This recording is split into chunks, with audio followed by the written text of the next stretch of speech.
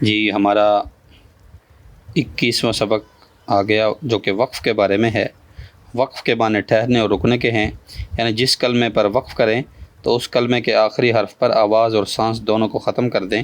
کلمے کے آخری حرف پر زبر، زیر پیش، دو زیر، دو پیش، کھڑا زیر، الٹا پیش ہو تو اس حرف کو وقف میں ساکن کر دیں گے۔ کلمہ کے آخری حرف پر دو زبر ہوں تو انہیں وقف میں الف سے بدل دیں گے۔ کلمے کے آخر میں گول تا پر خواہ کوئی بھی حرکت ہو یا تنوین، اسے وقف میں ہا ساکن سے بدل دیں گے۔ کھڑا زبر، حروف مدہ اور ساکن حرف وقف میں تبدیل نہیں ہوتے۔ مشدد حرف وقف کی صورت میں تشدید باقی رکھیں مگر حرکت ظاہر نہ ہونے دیں۔ نون قطنی، تنوین کے بعد حمزہ وصلی آ جائے تو وصل میں حمزہ وصلی کو گراتے ہوئے تنوین کے نون ساکن کو زیر دے کر ایک چھوٹا سا نون لکھ دیا جاتا ہے، اسے نون قطنی کہتے ہیں۔ نون قطنی والے کلمات کے ہجے ہم انشاءاللہ کریں گے۔ اور وقف کی علامات آپ دیکھ لیجئے، یہ گول دائرہ ہر آیت کے آخر میں آتا ہے۔ یہ وقف تام آیت مکمل ہونے کی علامت ہے، یہاں ٹھہرنا چاہیے۔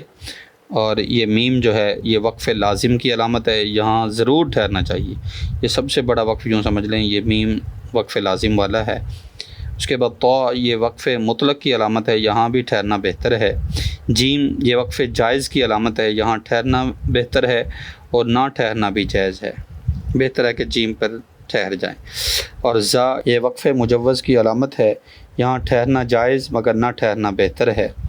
اور صاد یہ وقف مرخص کی علامت ہے، یہاں ملا کر پڑھنا چاہیے۔ اور لام اگر ایک آیت کے اوپر لکھا ہو تو ٹھہرنے اور نہ ٹھہرنے میں اختلاف ہے، آیت کے علاوہ لام لکھا ہوا ہو تو نہ ٹھہریں۔ اور اعادہ وقف کرنے کے بعد پیچھے سے ملا کر پڑھنے کو اعادہ کہا جاتا ہے۔ تو آئیے وقف کی کچھ پریکٹس کر لیتے ہیں۔ صادقینہ، اس کے بارے میں ہم نے پڑھا، زبر زیر پیش ہو تو اس کو ختم کر کے آخر میں جزم لے آتے ہیں۔ صادقینہ کو پڑھیں گے صادقین، نادمینہ کو پڑھیں گے نادمین، مستقیمہ کو پڑھیں گے مستقیم۔ یہ زبریں ہٹا دی، اب زیر بھی ہٹانے ہیں جب آگے وقف آ جائیں۔ فی شفتین، بالحق کو بالحق، اب پیش بھی ہٹانے ہیں اور پیش ہٹا کے ان کو ساکن، آخری حروف کو ساکن کرنا ہے، یعنی جزم والا بنانا ہے۔ نستعینوں کو نستعین، یشاء کو یشاء، من قبل کو من قبل۔ دو زیر بھی ہٹانے ہوتے ہیں، شہرین کو شہر، شیئن کو شیء، قسطن کو قسط۔ دو پیش بھی ہٹانے ہوتے ہیں، لہون کو لہو، قدیرن کو قدیر، برقن کو برق۔ اور کھڑی زیر بھی ہٹانا ہوتا ہے، بہی کو بہ، عبادہی کو عبادہ، بامرہی کو بامری۔ الٹا پیش بھی ہٹانا ہوتا ہے، ربہ کو ربہ، اخلدہ کو اخلدہ، اور موازینہ کو موازینہ۔ اس کے بعد تھا، ایک دفعہ میں پھر دکھا دوں،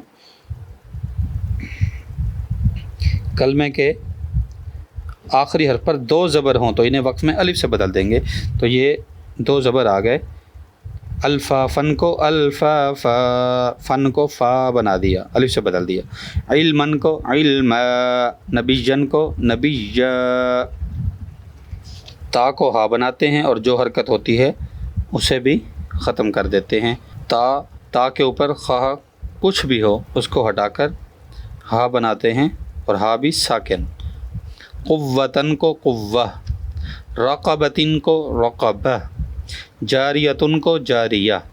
اور ہم نے پڑھا کھڑی زبر میں کوئی چینجنگ نہیں ہوتی، وتولا وتولا ہی رہے گا، من الاولی من الاولی ہی رہے گا، فترضا وقف سے آخری حرف کے اوپر کھڑی زبر ہو تو کوئی چینجنگ نہیں ہوتی، فترضا ویسا کا ویسا فترضا رہے گا۔ اور آلریڈی اگر جزم آ رہی ہو، کیونکہ یہ سب چیزیں ہٹا کے ہم نے جزم لگائی تھی، تو آلریڈی اگر جزم کسی حرف پر آ رہی ہے تو تب بھی کوئی چینجنگ نہیں ہوگی، ونحر ونحر ہی رہے گا، فرغب فرغب ہی رہے گا، فحدث فحدث ہی رہے گا۔ اچھا، الف مدہ